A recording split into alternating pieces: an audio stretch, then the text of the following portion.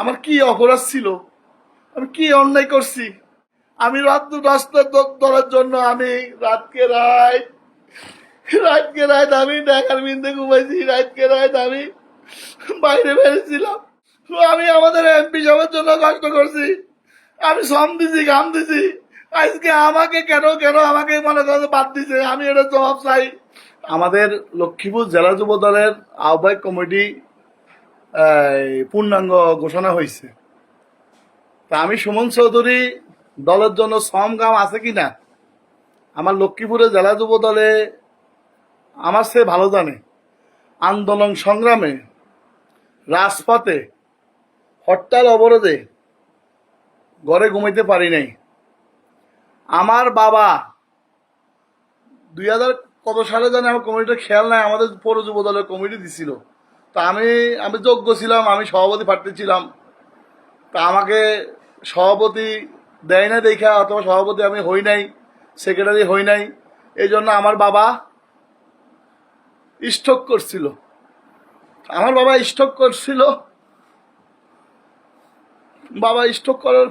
Stroke করছিল আমার যখন যুব দলের কমিটিতে যে রাখা হয় নাই, যে আমার ছেলের দলের জন্য সমগাম আছে। লক্ষ্মীপুরে গুলি খাইছি, আমার বাবা দেখছে যে আমার ছেলে লক্ষ্মীপুরে গুলি খাইছে, চিটাগাং, সিলেট, নোয়াখালী, ঢাকা। আন্দোলন সংগ্রামে সব সময় আমি রাজপথে ছিলাম। আমার বাবা আমার বলতো যে সুমন বাবা তুই ঘরের মধ্যে মনে করো যে পুলিশে তোরে টোকায় যায় বাবা, তো আমি যেখানে ঘুমাই সেই জায়গার ভিতরে পানি ঢালি দিচ্ছে, পানি স্টুক ঢালি দিচ্ছে আমার বিছনার মধ্যে পানি ঢালি দিচ্ছে। আমি ঘুমাইতে পারি নাই, আমি ঘরে একটা দিন ঘুমাইতে পারি নাই এই 17 বছর। আমার বাবা স্ট্রোক করা হলো, আমার বাবা কবর দিলে আমার বাবা মারা গেছে। আমাকে লক্ষ্মীপুর জেলা যুব দলের আহ্বায়ক কমিটি আমি সদস্য ছিলাম। আমার আন্দোলন সংগ্রামে আমার যদি কোনো ত্রুটি থাকে, আমার যদি কোনো ইয়ে থাকে বার করো। আমার কোন অপরাধ, আমি কি অপরাধ করছি যে আমি লক্ষ্মীপুর জেলা যুব দলের ন্যূনতম সদস্য আমি যে ছিলাম, সদস্য আমি হইতে পারি নাই? কোন ভুল করছি আমি কোথায় সাদাবাজি করছি, কোথায় সন্ত্রাসী করছি? আমাকে আমার লক্ষ্মীপুর জেলা যুব দলে এটা জবাব দিতে হবে। আমি কোথায় সাদাবাজি করছি, কোথায় সন্ত্রাসী করছি, কোথায় মনে করেন যে মাগিবাজি করছি, কোথায় মার্ডার করছি, কোথায় কি করছি, আমাকে এটা দেখাই দিব। আমি ইউনিট সরকার আমলে একটা মামলার মধ্যে আমাকে মার্ডার মামলার মধ্যে ধরানো হয়েছে। এটা আমি 1 বছর আগে ওদের বেদালে আমি গেছিলাম, দুই পক্ষে আত্মীয় ছিল। ওই মামলা তো মনে করেন যে আমাকে জড়ানো হয়েছে, কিন্তু আমার সাক্ষী প্রমাণে যদি আমাকে নির্দোষ করতে পারে, দোষী করতে পারে, তাহলে আমি মনে করি ফাঁসির দড়িতে আমি ঝুলবো, আমার কোনো আপত্তি নেই। আমার লক্ষ্মীপুর জেলা যুব দলের রেজাল্ট করে লিটল ছিল প্রথম, এরপরে দিয়ে হয়েছে কে হুমায়ুন ভাই হওয়ার পরে দিই এই হরতাল অবরোধে সবসময় বলতো যে সুমন তোমরা মনে করো রাজপথে নামো, হরতাল অবরোধে নামো। আমি আল্লাহরে হাজির করে বলছি, এই হুমায়ুন ভাই আমাকে ফোন দিয়ে বলতো। তখন আমরা মনে করো ফলানি থেকে আইসা আমরা সোনাপুর, চৌরাস্তা, রামগঞ্জে হরতাল অবরোধে আমরা করছি, গ্যাসতী ফলাস ভাই সহ আমরা রাজপথে ছিলাম। তা আমাকে কেন বাদ দিল আমি জানি না। আমার লগে সহযোদ্ধারা এরা হয়েছে, কিন্তু আমাকে দেয় নাই। আমার কি অপরাধ ছিল? আমি কি অন্যায় করছি? কি অপরাধ আমার ছিল?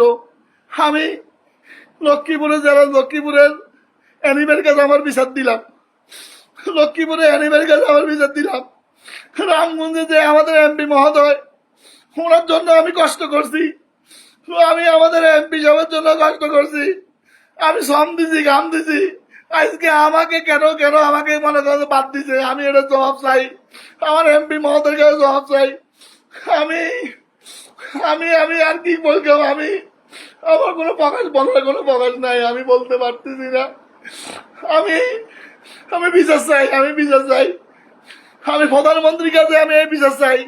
আমি আন্দোলন সংগ্রামে ছিলাম কিনা আমার আইডিতে আপনারা চেক করেন।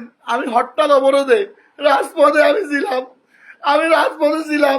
আমারে কেন বাদ দিল আমি জানি না। আমি কেন বাদ দিল আমারে? আমি কোন গ্রুপিংয়ে পড়ছি, কার গ্রুপিং পড়ছি আমি জানি না। আমি জানি না আমারে কেন বাদ দিল আমি জানি না। আমি কষ্টের জন্য কষ্ট করি, দলের জন্য শ্রম দিছি, কেন আমাকে বাদ দিল আমি জানি না। দেশ নায়ক তারেক রহমানের কাছে আমার বিচারটা আমি চাই। আমি যদি অপরাধী হই, আমার যদি কোনো অপরাধ হয়ে থাকে আমাকে এটা দেখাক যে তুই এই অপরাধ করছ। আমি যদি কোনো চাঁদাবাজি করে থাকি, আমি যদি কোনো সন্ত্রাসী করে থাকি, আমি যদি কোনো কিছু করে থাকি, ওনারা প্রমাণ দেখ। যদি আমার প্রমাণ করতে পারে তাহলে আমি রাজনীতি থেকে আমি অপরাধী। আর যদি আমাকে যদি মনে কর প্রমাণিত না করতে পারে তাহলে আমাকে কেন কেন বাদ দিছে, কেন আমাকে দেয় নাই? আমি দলের জন্য আমি রাতকে রাত আমি ঢাকার বিন্দে ঘুমাইছি, রাতকে রাত আমি বাইরে বেরিয়েছিলাম, রাতকে রাত আমি ছিলাম হিন্দু বাড়িতে। আমার হিন্দু বাড়ি আছে, হিন্দু বাড়িতে আমি ছিলাম। আমি হিন্দু বাড়িতে ছিলাম। আমার এই বাড়িতে হিন্দু বাড়ি কয়েকটা আছে, আপনারা জিজ্ঞেস করেন। আমি এই হিন্দু বাড়িতে ছিলাম। আমি কেন আমারে বাদ দিল আমি জানি না। আমি জানি না আমারে কেন বাদ দিল, আমারে কেন বাদ দিল আমি জানি না। যাদের কারণে আমাকে বাদ দিছে আল্লাহ তাদের বিচার আপনি করেন আল্লাহ। আর আমি দেশ নায়ক তারেক রহমানের কাছে আমার বিচারটা আমি দিলাম। আমি দেশ নায়ক তারেক রহমানের কাছে স্যার আপনার কাছে মাপ চাই, স্যার আপনার কাছে মাপ চাই, বৃহত্তর মাপ চাই স্যার। আপনি আমার বিচারটা করেন। আমার অপরাধটা ছিল কি, আমার কেন বাদ দিল? আমি হরতাল অবরোধে রাজপথে ছিলাম, 17 বছর ছিলাম রাজপথে আমি। এটা সাক্ষী তো লক্ষ্মীপুর জেলা যুব দলের বর্তমান যে সভাপতি হুমায়ুন ভাই সাক্ষী। হুমায়ুন ভাই নিজে আমারে ফোন দিছে হরতাল অবরোধে, সুমন তোরা যদি মনে করে রাজপথে তোরা যদি না নামস তাহলে সামনের দিকে কমিটি হলে আমি কিছু করতে পার না। এটা যুব দলের মানে পৌরসভা যুব দলের কমিটির ব্যাপার নিয়ে। তখন হুমায়ুন ভাই ফোন দিত, তখন এই মনে করেন সকাল ভোরে উড়ি চলে যেতাম কিন্তু কোনাই বাল্যশ্রমণী রাস্তাত যাইতাম, কোনায় সোনাবস্ত রাস্তাত যাইতাম, কোনায় রামগঞ্জ। পুলিশে আমি যেখানে ঘুমাইতাম আমার খাটের ভিতরে পানি ডালি দিস। আমি শান্তিতে একদিন ঘুমাইতে পারি নাই। আমার মতো সহযোদ্ধা অনেকে ঘুমাইতে পারে নাই। তো আমাকে কেন বাদ দিল, কোন অপরাধে বাদ দিল, কেন বাদ দিল, কোন অপরাধ বাদ দিল? আমি এটার বিচার চাই। আমার এটার বিচার চাই। আমি প্রধান দেশ নায়ক তারেক রহমানের কাছে বিচার চাই। আমি অ্যানিবের কাছে বিচার চাই। আমি আমাদের এমপি মহোদয়ের কাছে বিচার চাই। আমারে কেন বাদ দিল, আমারে কেন শরম দিল, কেন আমার জন্য ছিলেমিলি করলো?